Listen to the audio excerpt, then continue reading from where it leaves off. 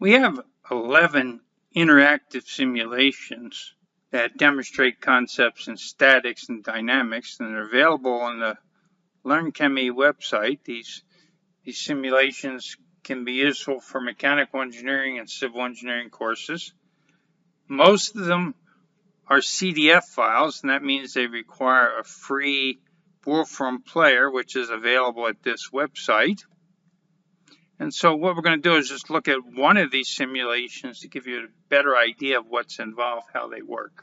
So here's the website that shows the 11 simulations. We're going to look at the force balances on a truss, and let's do that now. And we click, it takes us to the site where we now can download the simulation, also provides more information about the simulation. So I've already downloaded the simulation. Let's look at the downloaded CDF file. So you can see this shows a simple truss with forces. So we can change the forces in the center and on the right side. And correspondingly, the forces at the ends, the supports, are calculated. We can show which members are under tension and which are under compression. So red, tension, green, compression. Black means there's zero force, no force on this member. And the black struts are there basically as backups. It provides stability, and if a member fails, they would then have forces on them.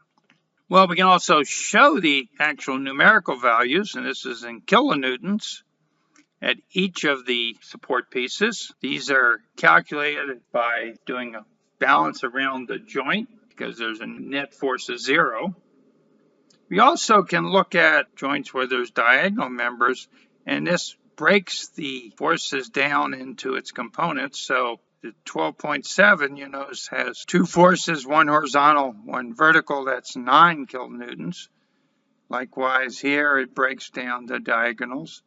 Now the diagonal values are broken to equal values, 9 and 9, for example, because this is 45 degrees. This wouldn't be in general the case. So the idea is that you should be able to go through and do these calculations and check to see if indeed these are the correct values by doing force balances and doing moment balances on this structure.